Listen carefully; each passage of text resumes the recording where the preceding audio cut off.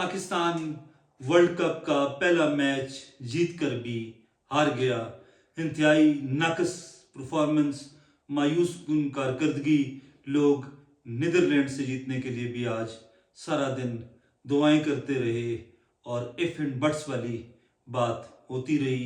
एक ऐसी कमज़ोर टीम जिसने शायद बहुत कम बड़ी टीमों के खिलाफ मैचेस खेले या उनको शिकस्त दी, लेकिन आज जिस तरह वो खेले, डट कर खेले, जम कर खेले और पाकिस्तान को एक स्टेज पर बेबस कर दिया था।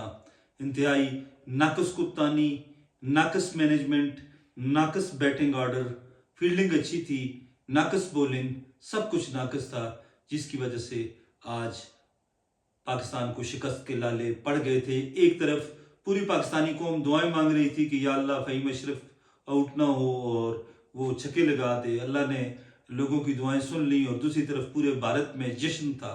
एक ऐसे मौके पर हम एक नौमलूद टीम से हार रहे थे जब पाकिस्तान ने इंडिया के मैच के बाइकाट का ऐलान कर रखा था। अगर ये मैच हम हार जाते तो हमारे खिलाड़ियों के पास वापस कराची या लाहौर आने के अलावा कोई ऑप्शन बाकी न बचता। इंडिया में जश्न था। इंडियन कह रहे थे कि ये टीम पाकिस्तान जो है ये हमारे साथ क्या मुकाबला करेगी, ये तो नीदरलैंड से भी नहीं जीत सकती। और पूरी दुनिया की नज़रें आज के मैच पर थी।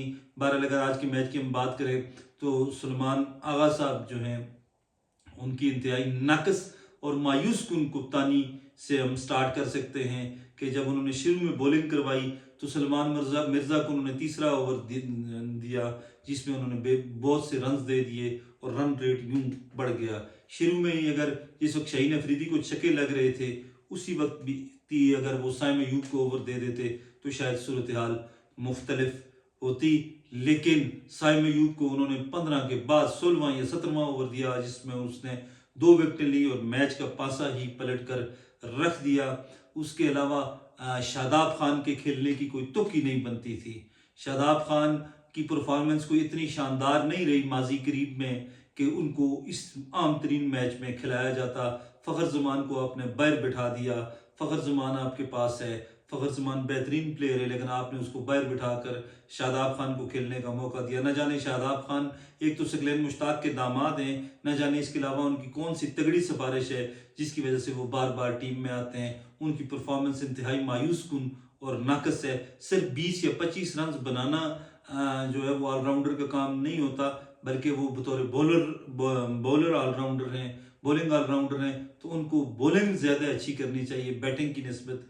लेकिन उनकी बॉलिंग इंतहाई मायूस कुन थी, है और लग यही रहा है कि रहेगी। शादाब खान की वजह से टीम मुश्किलात का शिकार रही। अगर उनकी जगह फ़खर जमान खेलते तो शायद मैच इतना करीब न जाता और लोग दुआएं न मांगते। इसी तरह हमारे जो विकेट कीपर हैं मोहम्मद उस्मान या उस्मान खान उनका नाम है, वो भी ना जाने किसकी पर्ची हैं। एक मैच में उन्होंने ऑस्ट्रेलिया के खिलाफ 50 कर ली और उस एक 50 की बिना पर पता नहीं वो कितने मैच खेल चुके हैं। जब भी टीम को ज़रूरत पड़ी, जब भी टीम मुश्किल में हुई, उस्मान साहब से रन्स ना हो सके और हमेशा उन्होंने मायूस किया। उसकी निस्बत नौजवान टैलेंटेड ख्वाजा नाफे बेहतरीन विकेट कीपर हैं, हार्ड हिटिंग कर सकते हैं, चौके छक्के लगाना उनके लिए कोई मसला ही नहीं है। उनको अगर मौका मिलता तो शायद रिजल्ट्स ज़्यादा बेहतर होते। फिर अगर आप बैटिंग ऑर्डर की जानब देखें तो सलमान आगा नंबर 3 पे आए।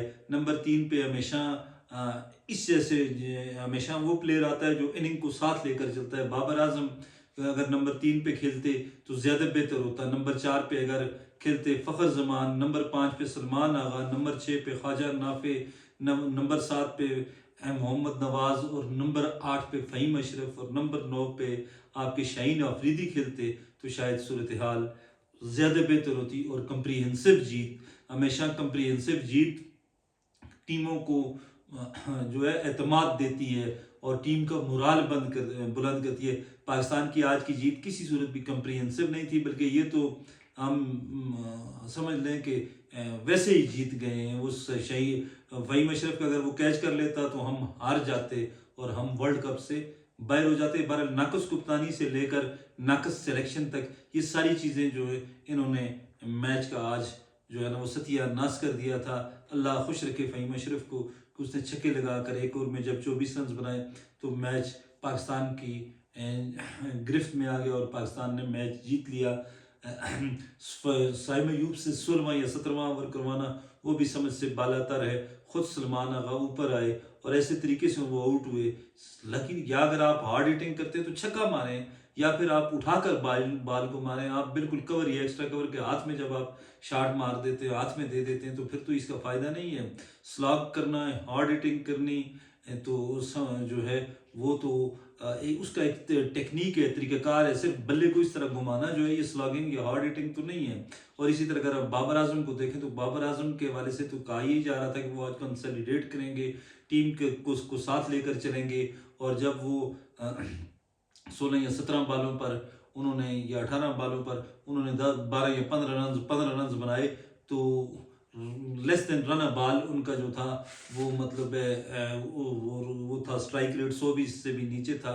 तो फिर उनको हार्ड हिटिंग की क्या ज़रूरत थी? जब टीम को ज़रूरत थी कि वो स्लो खेलें तो उन्होंने जाराना खेलने की कोशिश की, और जब टीम को ज़रूरत होती है जाराना खेलने की तो वो हमेशा स्लो खेलते हैं। बाबर आजम की बज़ाहिर आज की परफॉर्मेंस से लग रहा है कि शायद उनकी टीम में जगह ही नहीं बनती। एक बड़े नाम की वजह से, एक बड़ा जो उनका वो है, एक स्टाइलिश बैट्समैन है, इस वजह से उनको टीम में खिलाया जा रहा है। अदरवाइज जिस तरह वो आज खेले, अगर मुस्तकबिल में भी अगले मैचेस में भी खेले तो शायद फिर उनकी टीम में जगह नहीं बनेगी। ओवरऑल अगला जो हमारा मैच है 11 को है, अमेरिका के खिलाफ है। तो अमेरिका ने हमें 2024 के यूनाइटेड स्टेट्स ने हमें 2024 के वर्ल्ड कप में शिकस्त दी थी, इबरतनाक शिकस्त दी थी। और कहीं ऐसा ना हो कि तारीख एक दफ़ा फिर अपने आप को दोहराए। इससे पहले भी वर्ल्ड कप 2024 के ओपनिंग मैच में हम हारे थे, और 2022 में भी हम कमज़ोर टीमों से हारते आ रहे हैं। और इसी तरह 2026 में आज गिरते पड़ते हम जीत तो गए, लेकिन हम इसे यही कहेंगे कि ये जीत नहीं है, हार है। और इसको हार को सामने रखकर अगर हम टीम का तकाबली जायज़ा लें, प्लेयर्स का तकाबली जायज़ा लें और जो परफॉर्मेंस है उनका जायज़ा लें तो ये बेहतर होगा। अगर हम ये कहें कि हम मैच जीत गए, तो जीत हमेशा गलतियां बुला देती है, गलतियों पर पर्दा पड़ जाता है और हार की वजह से गलतियां सामने आ जाती हैं। पाकिस्तान टीम की मैनेजमेंट को गलतियों को सामने रखकर फैसला करना होगा। अल्लाह करे कि आने वाले मैचेस में टीम अच्छा परफॉर्म करे। खुश रहें, आबाद रहें। अल्लाह हाफिज़।